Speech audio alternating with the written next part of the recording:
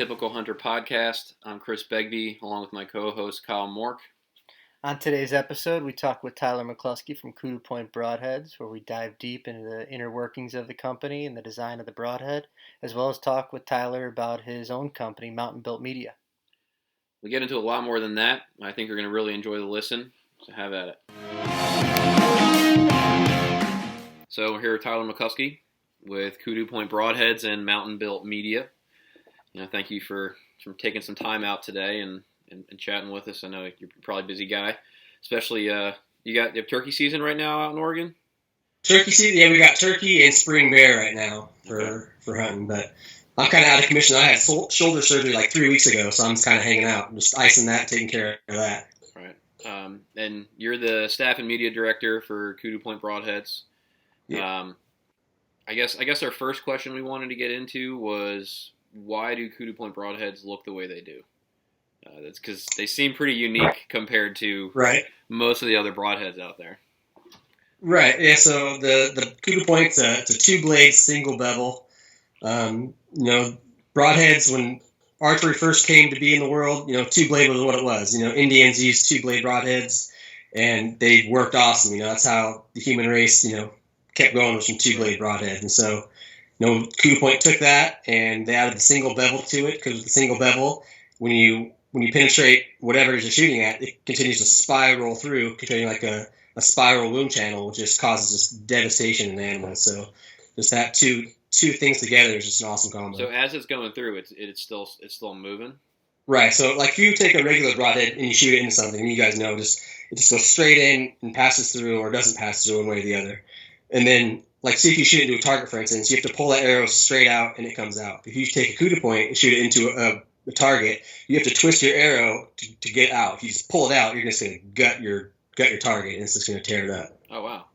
Yeah, you have to turn it or push it through and then unscrew your bride, but that's pain. But if you twist your arrow, pull it out.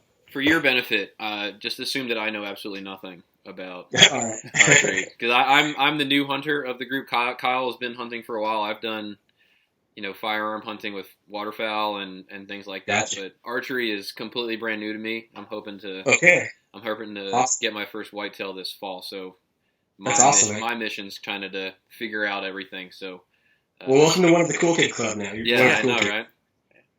Yeah, so that's awesome. It's a new thing for me. My dad hunted a long time, but he never passed that on to me. He gave me the fishing gene, but not the hunting gene yet. So I'm figuring that out now.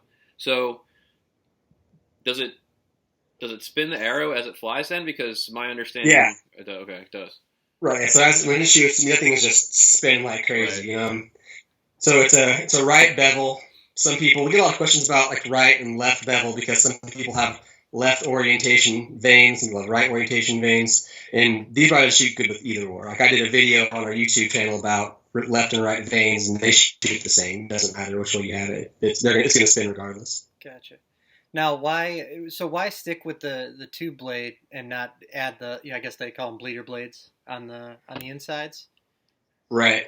So when you start, like the way our broadheads are made, when you start adding like bleeder blades, it just kind of compromises the strength of it. Okay. And then you have to worry about, your grain matching. It just creates a whole lot of other issues, So we really pride ourselves in making sure our broadheads weigh what they weigh. You buy a 100-grain broadhead, it's going to weigh 100 grains. Exactly. And when you're adding bleeders, it kind of makes it more difficult to get your grains right, and then your aerodynamics, it's just kind of a pain. Yeah, and then sharpening too. I can't imagine sharpening. Right. Yeah, sharpening too. I do have to say, my biggest thing right now is trying to figure out what broadhead I want to use. So I switched arrows to and I got to switch from 100 grain to 125 grain.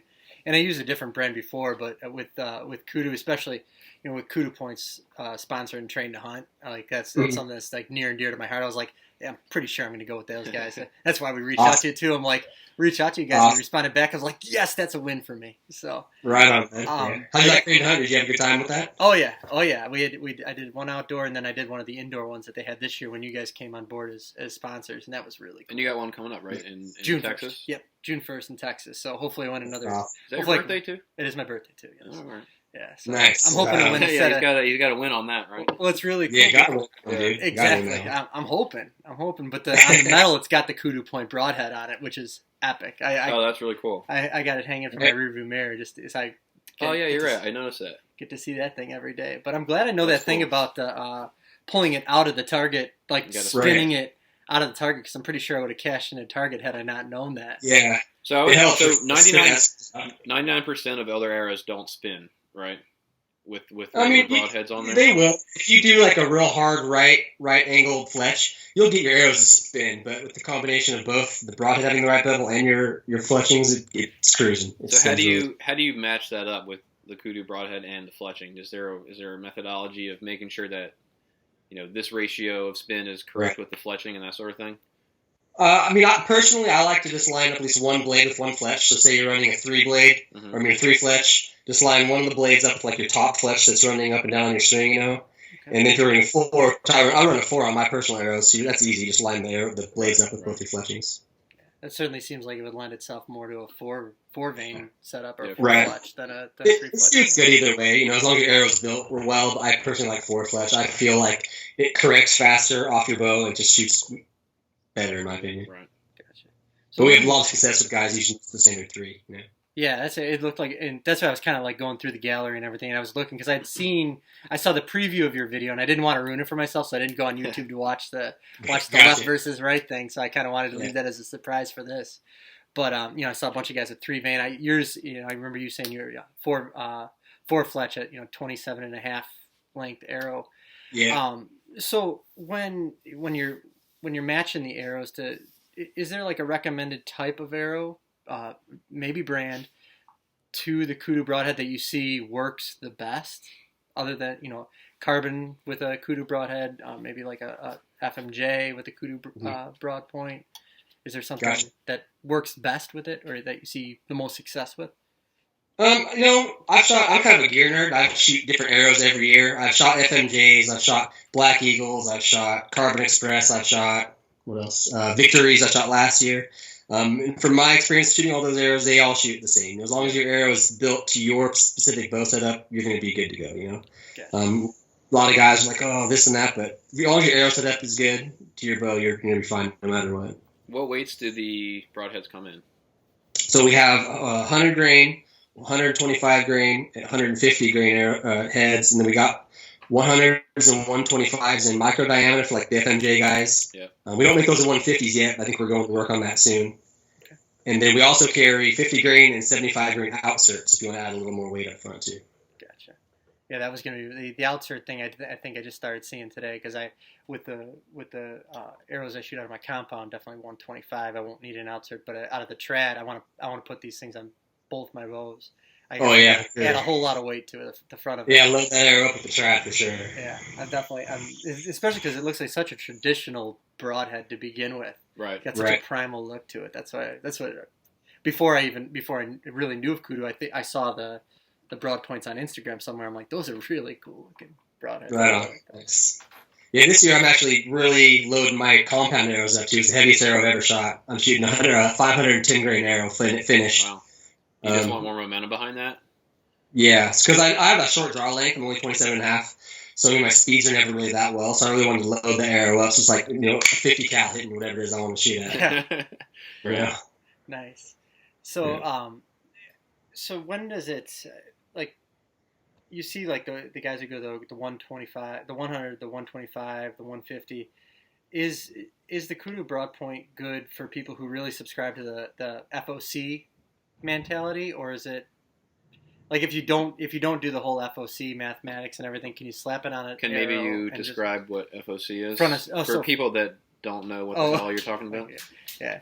So there seems to have been this big trend with FOC with Dudley talking about it and a bunch of other big name guys talking about FOC. Right.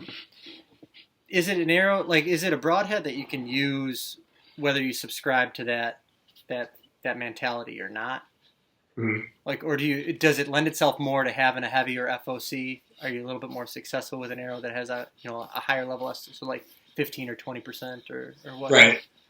From our experience with all my staff members that we have, a lot of the guys shoot just your standard arrow. They don't really load that arrow up, and we have some guys that are shooting just 100 grain broadhead. It's a regular arrow, and they're getting pass throughs on elk at 70, 80 yards, no problem. So it's It's just your preference. If you feel like you want to load that arrow up, just so you don't have to worry about hitting a shoulder blade or hitting whatever and still getting that penetration. But for the most part, standard arrow, you're going to be fine. If you're a tree stand guy, you're going to be smoking through whatever you're shooting at. It doesn't matter. Gotcha. So then, so taking a step back from just kudu and looking at broadheads in general, since you're more of you definitely know more than either of us for sure. So some guys will buy, they'll buy expensive bows, they'll buy expensive arrows, and then they'll go and buy a Walmart brand broadhead. Right. Why the difference between like a kudu or another in that market versus the Walmart brand of some $10 broadhead, or even just a kudu versus a tri-blade or something like that, something that might be different. Right. So broadheads they're going to do their job. You can go and buy a Walmart $20 for a pack of 3, whatever broadheads. And if you put that broadhead right where you want to shoot it and that shot is absolutely perfect, sure, you're going to take that animal, no problem. But, say you have a horrible front quartering shot on like a big bull elk and you got to really thread the needle or you might hit some shoulder.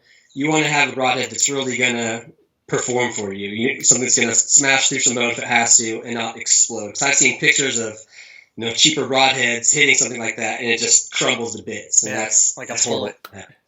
Yeah, exactly. And that's not what you're looking for. So that's why that solid piece is so much better, is because that's not going to happen.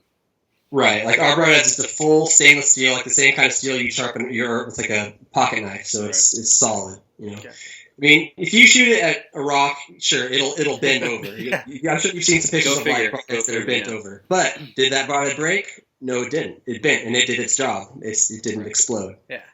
You just might not be able to use it on the next animal, but right. you definitely that one's going garbage.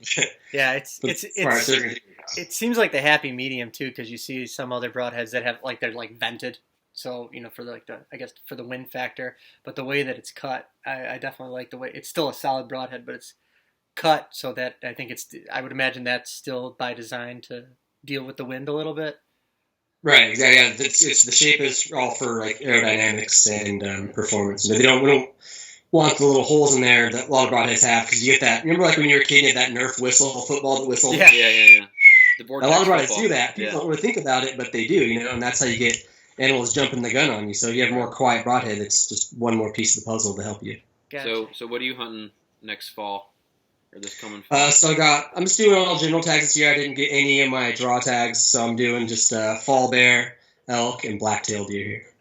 Nice. Is it pretty easy to get an OTC elk tag out there? Oh, you can go buy one. If I didn't have a tag, I could just go down to Walmart and buy one right now. It's $46 for a elk tag here. That's crazy. It would cost us like $700. Yeah. We put in out of state's like $900, I think. It's crazy. We put in for Kentucky elk. That's really the farthest east we can go and get elk. I think I was doing some research. I was thinking they might be in West Virginia, but they're not even. No, they have elk there, but you can't hunt them yet. So that'll be what's today, May the 4th. So we got 14 more days until. Yeah, till we find out if we can go on our first elk hunt. Really. Right. Awesome. Hope you guys get that. That'll be killer for you guys. It will be. It will be. Really that's not even in my. There's nothing like it, man. Because I grew up in southern New Jersey, Philadelphia area, and elk is like a unicorn. It might as well be, because no one has ever seen one or heard what it sounds like or anything like that. So it'll change your life, dude. Seeing an elk in person up close when it's screaming in your face, change it forever. You'll never want to hunt anything else again. I tell you, I got to say, the closest we're coming to elk right now, or I'm looking at some elk and mule deer and whitetail antlers behind you right there, and man, those are absolutely impressive. Yeah, man. It's my dad's wall there. Yeah, I lost my dad last year, and he's the one who got me into bow hunting and hunting when I was a kid. So that's my dad's tribute wall. That's awesome. So how long you been hunting for now? What was that? How long you been bow hunting for now? What's it, 12? Is that the earliest you can hunt at? Or something like that? Yeah, so the earliest I went hunting with my dad was, I think, 12, 13, and then I didn't do a lot of bow hunting myself until, later on, probably, 7 years ago, I really started getting after it, but I still went with my dad here and there on his bow hunting trips, so it's awesome, man. I love bow hunting. It's my favorite. I was completely obsessed with guns and firearms before, but the archery thing is completely different. It's like a whole other level of obsession that I've found myself in now. It consumes your life, dude. Yeah, I think about it all the time. Like, is it nice enough for me to actually get outside and shoot today? And it's like, even if it's not, it's like, I can probably go out and do it anyway. Yeah. I'll do it. And then it's like you mentioned, you're a gear nerd, and it's like now I'm figuring out what I want to shoot, and I'm using my dad's old bow from 1988 right now. It still shoots great. I got it restrung and everything, but I'm figuring out what I want to get after I graduate to a more modern one at some point. Right on. Yeah. And it's just like there's so much to learn and figure out. For sure. Figure out what suits me and everything. It's pretty nuts, but yeah. I mean, my advice is just your best bet is to go to like archery shop near you and just shoot a ton of bows, man. Shoot whatever they got and shoot what's best for you. Don't worry about like who's shooting what or like what everyone recommends for you. Just whatever you feel best shooting, man. What are you using right now? I'm going with the Bowtech Realm X I got last year. The Bowtech factory is like an hour from my house. Oh, very cool. Shot down there and shot a few bows, and that one was a winner, man. It shoots really nice. So that one you can adjust the draw length, or you can adjust the draw length right on the cams. Is that how that one worked? Yeah, that was close to that Bear. I had a Bear Anarchy HC that I could do that with, and I didn't realize how valuable that was until I didn't have that bow anymore.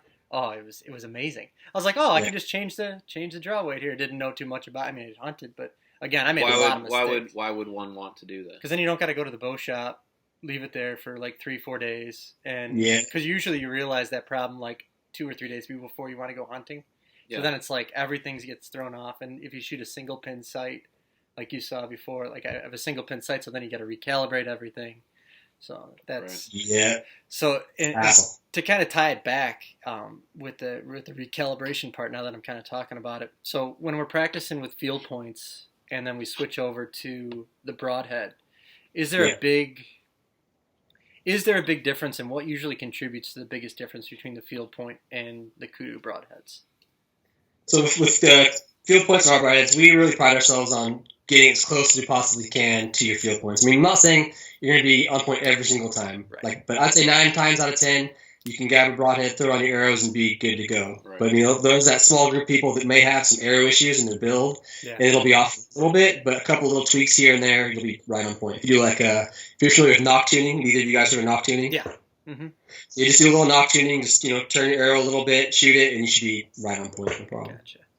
And then, so you're pretty much, I mean, whether you switch from field point to the Kudu point, you're pretty much in the kill zone for the most part. You're pretty much. I mean, you might be off a little bit left or right, if at all. Just do a little bit of tuning, and you're set. You'll be back on the money. And I guess I'm saying this assuming like your shot placement is like it's a responsible shot placement.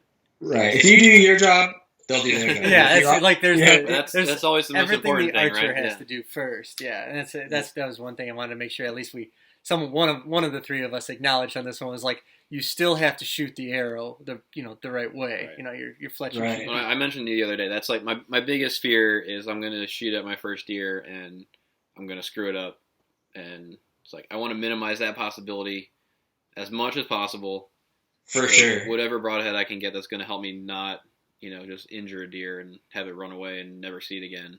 That's what I'm going to do. It's a bummer when that happens. You hunt long enough, it's going to happen to you at least once or twice. It's a heartbreaking. Yeah, I mean, it's inevitable, right? I mean, things happen, and but if I can minimize that as much as possible, that's what I'm going for. I think I know of a broad point you could probably use. It spins inside the end. Yeah, exactly. So to switch gears again, I want to talk about Mountain Built Media, which we started talking about a little bit, but tell us a little bit about that company that you got.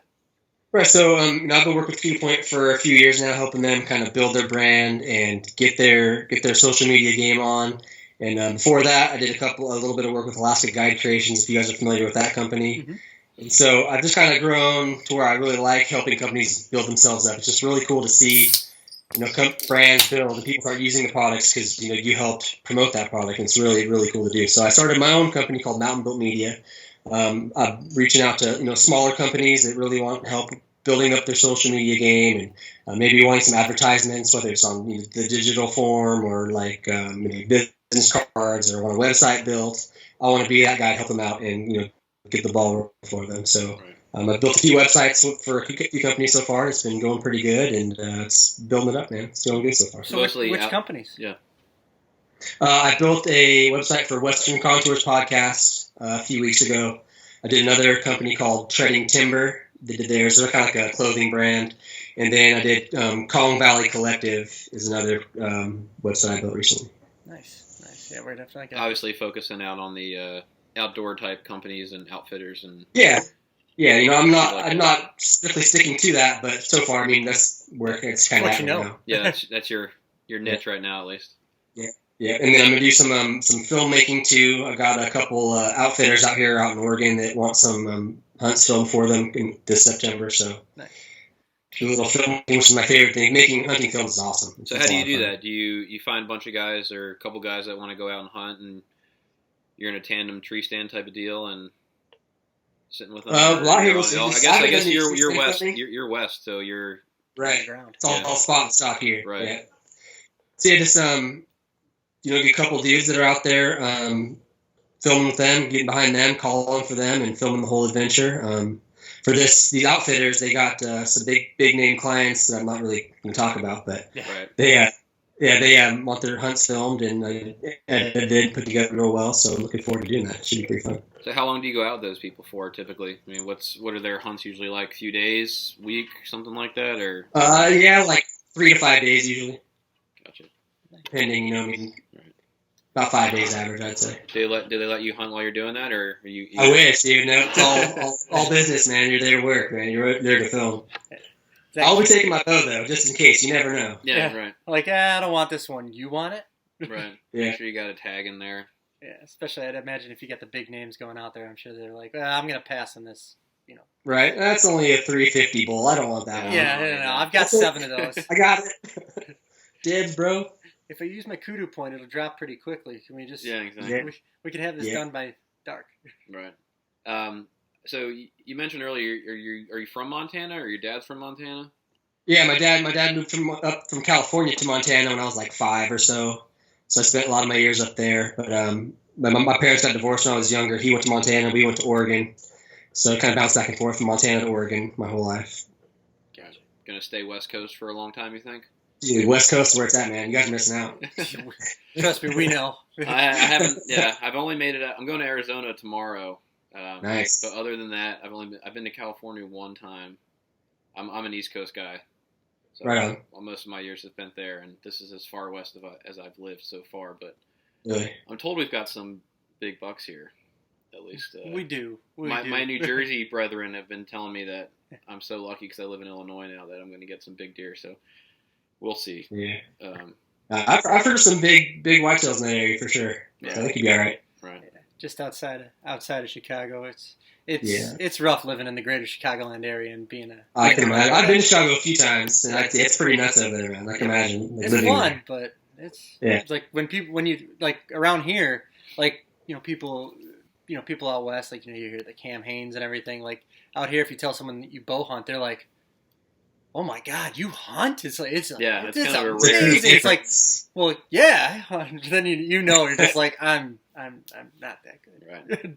But, that's funny. And the pressure is I don't know what it's like in Oregon, but the pressure here for hunters is super high. Yeah. In public land, at least, because for us to get to any sort of public land, we have to drive probably an hour south.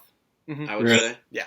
And then, it's a pretty small pocket of land that we can hunt in. And that's where everyone is going, obviously, unless you find a permission somewhere or something like that. So it's just a completely different atmosphere, I would imagine. New Jersey was even worse. I grew up, I hunted twice in New Jersey, and it was, I felt like I was on a football field.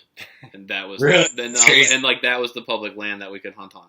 It was crazy. I was like, is this it? It's like, this is like my friend's backyard here. What are we talking about? Yeah. But, yeah, yeah. I think we got to get west and we will. Just like experience what actual wilderness is like. Yeah. I think. Right. It's a big difference for sure out here. Where I'm at on the coast, there's a lot of logging land, but there's a ton of public land too. A lot of wilderness areas. So, it's pretty easy to get to public land here. Yeah.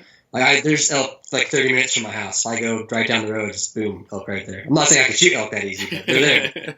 They're there. I can see them. Yeah, I can see them, yes. Yeah. I get some cool pictures. Yeah. So did you go back to Montana to hunt at all? I haven't for a long time. I haven't hunted up there for quite a while. I was hoping to get up there again recently, but then I lost my pops last year, so unfortunately I won't be able to fulfill that dream again. But my brothers still live there. I'm trying to get up there hunt with my brothers. That'd be cool. Montana's awesome, man. You gonna fill that with Mountain Built Media or what? What was that? Do you do your own filming with your own hunts with your media company? I got a couple buddies that like to join me and will film with me. Like I mentioned Kong Valley Collective. The dude that is the president of that company, his name is Jonathan. We've become pretty good friends, and he's been kind of helping me out with the Mountain Built Media thing. It's a lot easier when you got somebody that can, film with you and you can film with them. And I've done the self-film hunt thing, and it's challenging for sure. Setting up the right shot to get an actual, shot on something, and it's doable but difficult. Yeah. So it's nice to have someone there that's on the same page as you. Yeah, but I started watching that solo hunt show. I'm a late bloomer in the hunting world, but I started watching that. I was like, it's got to be harder just to film yourself than it is to actually kill this animal that you're going after. Yeah, it adds a whole other dynamic to your hunt, dude. It's a whole different situation. I can't even imagine. Which is exactly why I hire Mountain Built Media. Yeah, seriously. There you go. Man. There it is. That's a perfect time for a plug. I'm just looking for these opportunities just to plug it right there. MountBuiltMedia.com. Yeah. Boom. Can you tell I teach marketing? Oh man, but that's cool. So you got any spring hunts coming up, or you're waiting until fall? You think? Let's wait until fall, man. I put in for bear tag, didn't get that, so I'm just kind of hanging out, waiting for fall to come. Since it's all over the counter stuff, don't have to put in for that stuff. Nice. Is there anything new coming down the pike for Kudu? I don't think so right now. We have a couple things we're working on a little bit. Can't really talk about them, so we'll see how they work out. But as far as any new broadhead designs, not so much.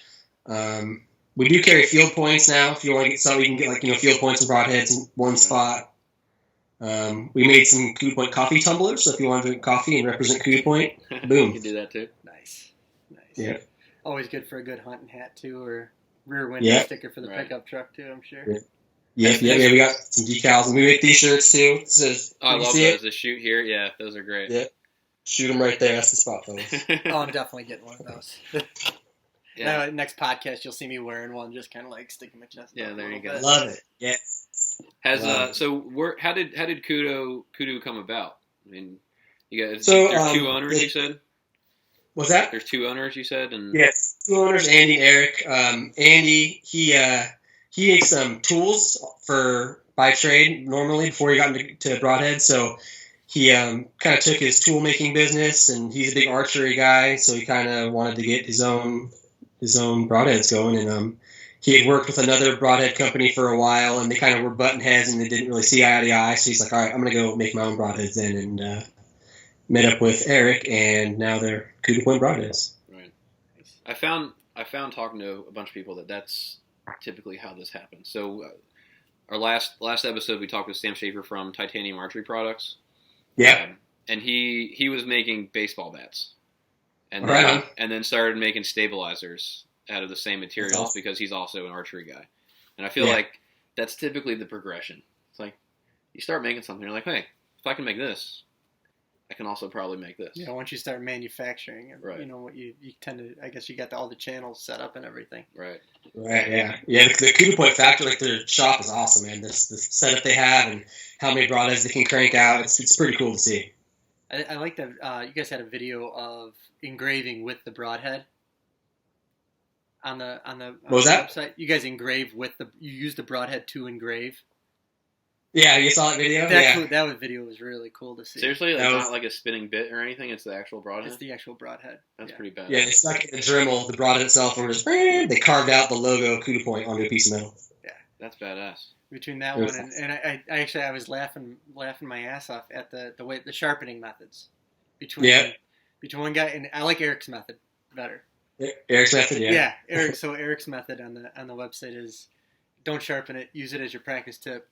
Buy a whole new set. Yeah. Which is really what you should do. I mean, put it through a couple of animals. It's just like, okay, all right, I'm gonna. Yeah, we get a lot of questions about sharpening, and they can definitely be sharpened the broadheads. I made a YouTube video on that for people too, in case they want to sharpen their own broadheads. But if I shoot, through an animal with a broadhead, that thing's dead to me. That broadhead's not going to get shot again. But there are guys who use the same broadhead, multiple times throughout the season, which is cool. Yeah. Is that because it's going through a bunch of bone and just it's not compromised necessarily? It's just not as sharp afterwards. No, I mean, we've had numerous customers say, I shot this broadhead through 3 animals this year. It's still sharp as can be. So it's just personal thing. Once I shoot that broadhead or something, I'll hang that arrow and broadhead up, and that's done for. It's kind of your own trophy. Yeah, exactly. And they do make good trophies. Yeah, you got your one. You got your one in your truck. That's right. I had to plug that one too, but it's just so damn cool. I remember when I saw it when Brian and do you work closely with Brian, or was that someone else that was working with Brian from Train to Hunt at all? That was somebody else that was Brian. I hang out with Brian sometimes, but that was somebody else. And when he posted the picture of those things and just seeing those things on the medals, I was like, I have to. I just have to do whatever I can to win one of those, just because they were so those things turned out awesome. They turned out really cool. They did. So how do you guys sponsor them? Is that just helping them put together the events and things? We help them like monetarily a little bit, and give them the medals, and it's good relationship we set up with them the past couple of years. Nice. I did a train hunt 3 years ago. I want to say it was the last time I did one, but they were a lot of fun, man. Which one? Cool. Which event did you do? It was down in Eugene here in Oregon. Okay, all right. Did they at that time? Did they have the meat pack still? Oh yeah, dude, it was a 100-pound meat pack for 2 miles. That? I see. I've missed out on the meat pack one. Dude, you didn't miss out on that. It's so nice. Like, I'm a pretty strong dude, but like 100 pounds, like running, is no joke. Yeah. And our terrain here is like up and down and up and down, and it kicked my butt, man. It was no joke. Was it for 2 miles? You had to do that? It was like just shy of 2 miles, yeah. And did you have to shoot during the meat pack too? Or was the meat pack's all one deal. You just hammer it out and you're good for the day. But you do the shoot event was before that.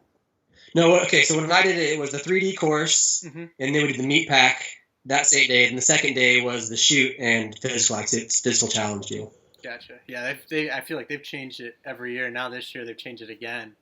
Yeah. And it's back to a 2-day event where it's like Train to Hunt light compared to that though. Like there's no more meat pack. Yeah. Where we just do the challenge course first, and then the next day we do the 3D shoot. So next day, basically, you're playing golf. Right. Nice. Is Eugene at elevation at all? Are you sucking wind because of air quality out there or anything like that? Not so much here. On the coast, I think the highest elevation here on the coast is like 760 feet or so. It's not real high here, but if you go across the valley, you can get up to about 3,000, up to like 6,000 or so. Right. Okay. It's a little more. Have you ever hunted in an area like that where the altitude has been a factor? Not so much, no. Like I said, it's about 6,000 here. It's not that high, really. Yeah. My buddy and I were talking about going to Colorado to do elk in 2020, and I know just from going to Pikes Peak that I could not breathe at all. Yeah. I consider myself in decent shape, probably not in as good a shape as you guys are. But I was sucking wind so hard, and I was like, if I'm going to be going out there, I'm going to have to do something to get my ass in shape here, because that is going to be brutal. Gotcha. Have you guys ever seen like the training masks that you can get? Yeah, to, like elevation simulate high elevation. You've seen those? Bane from Batman. Yes, I got totally. I got one of those. And they work pretty good actually. I trained with them before the Train to Hunt deal, and it seems to work pretty well. Did you notice a difference between how you were before and how you were after? I feel like my lungs felt more conditioned. I feel like so it could have been in my head, but right. Which ironically we were just talking about, but yeah, placebo effect. Yeah, the whole it certainly makes you look pretty cool and unquestionable at the gym for sure. No doubt how you're in the gym with your mask on, people are like, what's this guy's deal? Yeah, everyone moves out of you don't have a hard time getting on a machine at that point. No. You're over there doing like snatches with the big old mask on. Like, well, that guy's nuts. They hear you breathing like across the gym, like Darth Vader noises going on. Yeah, exactly. So, any Train to Hunts coming up? Kyle keeps trying to get me to do them. I haven't committed to that yet, but I'm not sure if we have any close by right now. I'm not sure. I think the Oregon one is it's Oregon, Ashland, Oregon. Yeah. I think that one's actually going on as we speak. Right? Yeah, I think it's right now. Yeah. Yeah. So, but other than that, I think they're pretty much then they go east, Texas, and then New York, and I think they're out of that area for a while. Yeah, more than likely. But be cool to see you at another one, especially with you working for Kudu, getting out there. Yeah, I'll probably work at some here. I'm not going to compete in any for a while, so I had my shoulder surgery so I'm going to be down for a little while. What happened with your shoulder? But yeah, I'll work. I do carpentry is like my main job, and there's this huge like 7-foot cabinet on a hand truck, and it started to fall over. So I was like, oh, I'm going to catch it. And that sounds like a good idea. Mistake. Yeah. When did you It didn't realize fall. that? I caught it, but I paid the price. Yeah. So would you tear your rotator cuff or labrum or something? Rotator cuff and labrum tear. Yeah, I had that. I tore my labrum on my right shoulder through football, and that was no fun. I mean, really. Yeah. How long were you out for? Well, I had surgery. This was in high school, so a while ago, but 5 months maybe, something like that. That's not what they said for me. Yeah. Yeah, it was probably. I think I had my surgery in April maybe, and then I was good to go for camp in August. So that's probably pretty accurate. 4 or 5 months, something along those lines. Yeah, I'm hoping to be back by September, so we'll see how that works out for me. If not, I'm gonna be rifle hunting. Boom. Yeah, there you go. Get after it however you can, right? I see the guys who have the shoulder injuries or like an injury where they can't shoot their bow, and I'm like, all I think to myself when I see this, that would just devastate the hell out of me. Was it your draw arm? Oh yeah, that's my right arm. Rough. Go lefty. Yeah, no doubt. Huh? Yeah, whole new. Or do like the teeth shooting. That's crazy, man. I can't imagine like drawing your bow back with your teeth. You seen that? Yeah. Do that? Yeah, the guy. No, what the hell are you talking about? He's got no arms. He shoots. He holds it with his foot. And he draws back with his teeth? Yeah. Yeah. Are you serious? Yeah. And Google it, dude. He's incredible. Does he hunt or is it targets? No, he's just like archery shooter, dude. Right. He's a target guy, but then there's another guy, and I the name just completely skips me right now. But he's completely debilitated from like neck down, like his neck's over. His dad shoots his crossbow for him, but he scopes everything and tells him where to move it, and he hunts. It's crazy what people can do. Humans are the most amazing animal ever. Yeah. It's wild. No doubt. I'm pretty sure John does it too. The knock-on guy, he had shoulder surgery, and he was doing the mouth shooting for a while just to shoot. And once his shoulder went back, he was shooting. How would you sight that in? How would you? Is there like a peep sight that you can look at through that somehow? I gotta watch it. I gotta watch this video. Yeah, we gotta watch a few videos before we even dive into that. That's gonna be like 3 hours of my day tomorrow. You're welcome. Yeah, thank you. Yeah. Just watching YouTube videos of people shooting with their mouth. That's crazy. Jeez. Oh man. Yeah, that'll be fun. So Tyler, man, like we do really appreciate you coming on here and sharing with us about Kudu and Mountain, with your media company and everything, man. So any kind of closing thoughts or anything on like just Kudu and your media company you want to share with everybody, where we can find you, most importantly, where we can find you? Yeah, so I mean, if you want to check out Kudu Points, hit up the website, KUDUPOINT.com. You can pick up some heads on Facebook and Instagram and YouTube also, Kudu Point. For Mountain Built Media, it's mountainbuiltmedia.com and also Instagram and Facebook also. Check out the broadheads. I guarantee you shoot one, you're sold. All right. Yeah, I think I'm already sold before I shot him. I think we're gonna do that. I like the twisting part, having to take it out of there. Cool. I'm like, no one else has told me I got to do that with their broadheads. I'm like, right. I think I'm going with them. So. Yeah, you gonna come out to Illinois for my first whitetail or what? Dude, don't threaten me with a good time, bro. I'll be there. All right. Spend more time. I'm not afraid to sit in the old tree stand for a while. Yeah, that's a different type of toughness right there. Is sitting in the cold, not being able to move. The patience. Yeah, I go nuts, man. Like about noon, I'm like, I gotta get out of this damn tree. I gotta go walk around for a little while. Yeah, that's pretty much how it happens. Yeah. Well, we'll definitely let you know when we're going, just in case Mountain Built Media wants to come out and film two guys who have no idea what they're doing. Yes. Yeah, I don't know. Hey, if you guys want to come out to Oregon, dude, you guys want to get on some bulls, man, I'll get you there. That sounds like a better idea. I like that idea better. Yeah, for sure. That'd be a super, super different experience compared to what we would do, but that'd be pretty awesome. Hands down. Right. Hands down. So. Cool. All right, Tyler. Well, thank you very much, sir, for coming on. We really do appreciate you. No, thanks for having me, guys, man. It's cool. Thank you. All right, man. We'll catch you later. Good, fellas.